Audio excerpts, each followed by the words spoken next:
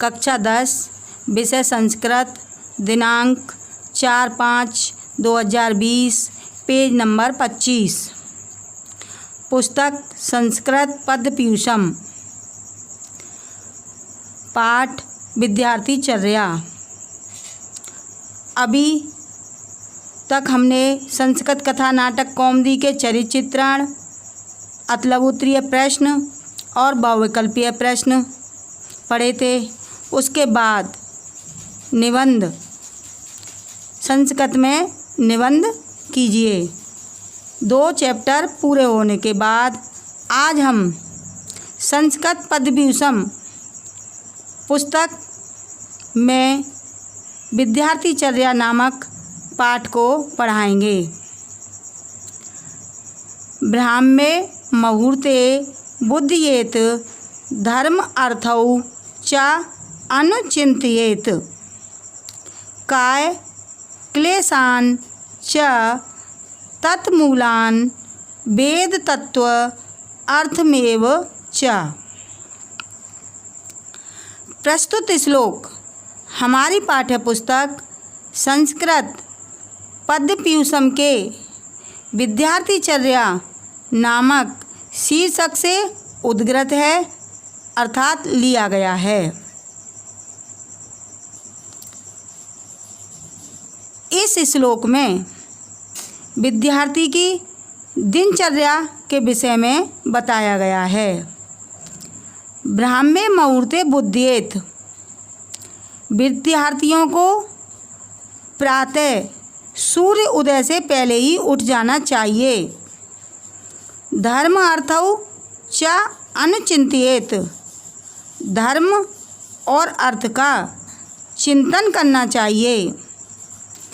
काय क्लेशान् च तत्मूलान्, शरीर के कष्टों अथवा उनके कारणों। वेद तत्व अर्थमेव च, वेद तत्व का भी चिंतन करते रहना चाहिए। अर्थात दोबारा से, विद्यार्थियों को प्रातः सूर्य उदय से पहले ही उठ जाना चाहिए। धर्म अर्थ का चिंतन करना चाहिए। शरीर के कष्टों अथवा उनके कारणों तथा वेद तत्व का भी चिंतन करते रहना चाहिए। श्लोक नंबर 2। न स्नानम आचरेत भुक्त्वा न आतरो न महानिशि न वासोभिः सहजस्त्रम न अभिज्ञाते जलाशयम। संदर्भ तो एक ही चलेगा जब तक विद्यार्थी चर्या पाठ रहेगा, प्रसंग बदल जाता है। इस श्लोक में कवि ने विद्यार्थी की अवस्थाओं के विषय में बताया है, अर्थात स्नान के प्रति सतर्क रहने के लिए निर्देश दिए हैं।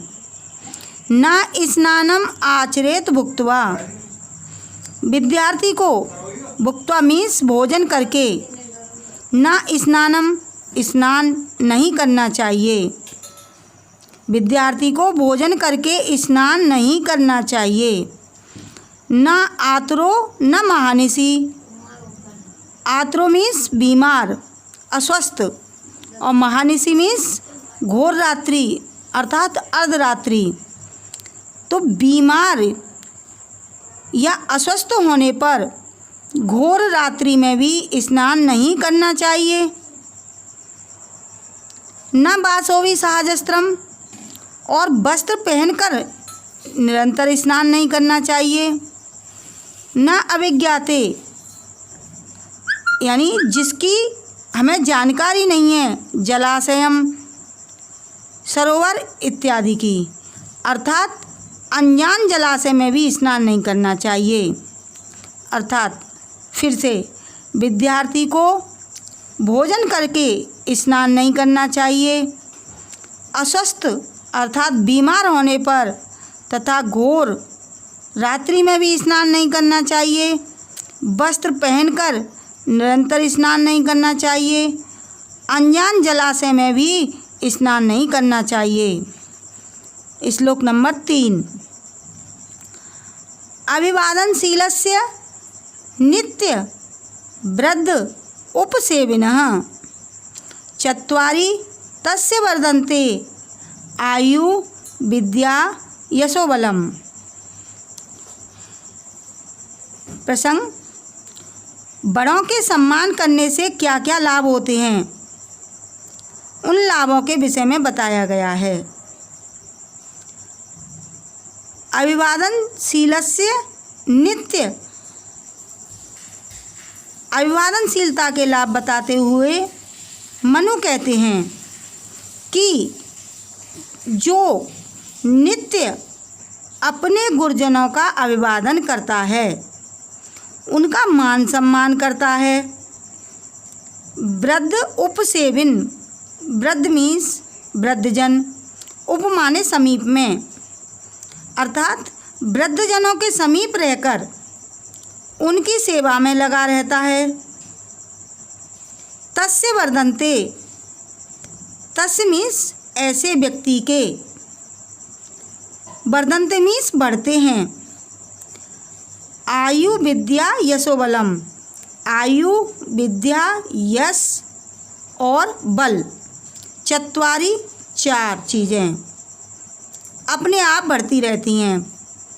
अर्थात गुरुजनों और वृद्धजनों की सेवा करना परम आवश्यक है। फिर से अभिवादनशीलता के लाभ बताते हुए मनु कहते हैं कि जो नित्य अपने गुरुजनों का अभिवादन करता है, उनका मान सम्मान करता है, वृद्धजनों के समीप रहकर उनकी सेवा में लगा रहता है, ऐसे व्यक्ति की आयु विद्या कीर्ति और बल, ये चार चीज़ें अपने आप ही बढ़ती रहती हैं। अर्थात गुरुजनों और वृद्धजनों की सेवा करना परम आवश्यक है। श्लोक नंबर 4। आर्द्रपादः तु भुञ्जीत न आर्द्रपादः तु संविशेत। आर्द्रपादः तु भुञ्जानो दीर्घम आयुः वा आप्नुयात्। इसमें दीर्घ आयु की प्राप्ति के विषय में बताया गया है। आर्द्र मीन्स गीले, पाद मीन्स पैर और भुंजीत मीन्स भोजन करना। गीले पैरों से भोजन करना चाहिए। मनु कहते हैं कि गीले पैरों से भोजन करना चाहिए। न आर्द्रपाद तु संविशेत, न नहीं। आर्द्रपाद गीले पैरों से, संविशेत सोना चाहिए। अर्थात गीले पैरों से कभी सोना नहीं चाहिए। आर्द्रपाद तु भुञ्जानो, गीले पैरों से भोजन करने वाला व्यक्ति दीर्घ मीन्स लंबी आयु आप्नुयात् प्राप्त करता है। अर्थात लंबी आयु को प्राप्त करता है। फिर से मनु कहते हैं कि गीले पैरों से भोजन करना चाहिए, लेकिन गीले पैरों से कभी सोना नहीं चाहिए। गीले पैरों से भोजन करने वाला व्यक्ति लंबी आयु प्राप्त करता है। श्लोक नंबर 5। सत्यम ब्रूयात प्रियम ब्रूयात न ब्रूयात सत्यम प्रियम। प्रियम च नानृतं च ब्रूयात एष धर्म सनातनः। सत्य बोलने के विभिन्न रूपों का वर्णन किया गया है। प्रस्तुत श्लोक में सत्य बोलने के विभिन्न रूपों का वर्णन किया गया है। व्याख्या। सत्यम ब्रूयात प्रियम ब्रूयात। विद्यार्थी को सत्य बोलना चाहिए, प्रिय बोलना चाहिए। ब्रूयात सत्यम प्रियम, ऐसा सत्य नहीं बोलना चाहिए जो अप्रिय हो। प्रियम च नानृतम च ब्रूयात। प्रिय और नान्यतम अर्थात मिथ्या अर्थात झूठा, मिथ्या प्रिय बात नहीं कहनी चाहिए। ऐसा धर्म सनातन, यही सनातन धर्म है। फिर से, विद्यार्थी को सत्य बोलना चाहिए, प्रिय बोलना चाहिए, ऐसा सत्य नहीं बोलना चाहिए जो अप्रिय हो, और मिथ्या प्रिय बात नहीं कहनी चाहिए, यही सनातन धर्म है। नंबर 6, सर्वलक्षणहीनो अपि यह सदाचारवान नरः श्रद्धानो अनसूय च शतं वर्षाणि जीवति। प्रस्तुत श्लोक में सदाचारी व्यक्ति के दीर्घ आयु होने के विषय में बताया गया है। व्याख्या। सर्वलक्षणहीनो अपि, सर्व मीन्स सभी, लक्षणों से, हीनो माने हीन, अपि माने होने पर भी, सर्वलक्षणों हीनो अपि सभी लक्षणों से हीन होने पर भी, या जो व्यक्ति सदाचारवान नरः सदाचारी, श्रद्धानो अनसूय च ईश्वर में श्रद्धा रखने वाला और दूसरों की निंदा न करने वाला होता है। शतम 100 वर्षाणि जीवति, वर्षों तक जीता है, अर्थात 100 वर्षों तक जीता है। फिर से, सभी लक्षणों से हीन होने पर भी जो व्यक्ति सदाचारी, ईश्वर में श्रद्धा रखने वाला और दूसरों की निंदा न करने वाला होता है, वह 100 वर्ष तक जीता है, अर्थात ऐसा व्यक्ति 100 वर्ष तक जीता है। नंबर 7, सर्वम परवशम दुःखम सर्वम आत्मवशम सुखम एतत् विदात समासेन लक्षणम सुख दुखयो। इस श्लोक में स्वाधीनता और पराधीनता के विषय में बताया गया है। सर्वम परवशम दुःखम, परवश यानी दूसरे के वशीभूत, दूसरे के अधीन, अर्थात दूसरे के अधीन रहना है, सब दुख है।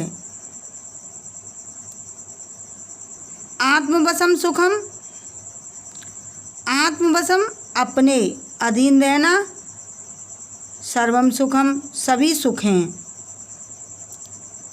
एतत् विदात समासेन, सुख दुखयो यानी सुख और दुख का, समासेन माने संक्षेप में, एतत् माने यही, लक्षणम विदात मीन समझना चाहिए। फिर से, दूसरे के अधीन रहना है, सब दुख हैं, अपने अधीन रहना सब सुख हैं। सुख और दुख का संक्षेप में यही लक्षण समझना चाहिए। नंबर 8, एकाकी चिंतेन नित्यम विभक्ते ही आत्मना। एकाकी चिंतयानो ही परम श्रेयो अधिगच्छति। प्रस्तुत श्लोक में एकाकी चिंतन पर प्रकाश डालते हुए मनु कहते हैं कि एकाकी चिंतयेन नित्यम। मनुष्य को एकाकी मीन्स अकेला रहकर चिंतन करना चाहिए, अर्थात अपना कल्याण करना है।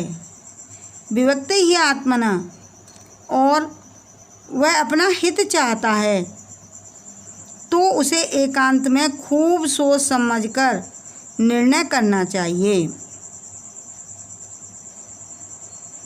एकांकी चिंतयानो ही परम श्रेयो अधिगच्छति। ऐसा विचार उसके लिए कल्याणप्रद है। सावधान रहकर अपने हित का चिंतन करने वाला व्यक्ति बहुत अधिक कल्याण को प्राप्त होता है। फिर से एकाकी चिंतन पर प्रकाश डालते हुए मनु कहते हैं, यानी मनु ने अकेले में चिंतन करने पर बल दिया है। उन्होंने कहा है कि मनुष्य को अपना कल्याण करना है, अर्थात वह अपना हित चाहता है तो उसे एकांत में खूब सोच विचार कर निर्णय करना चाहिए। ऐसा विचार ही उसके लिए कल्याणप्रद है।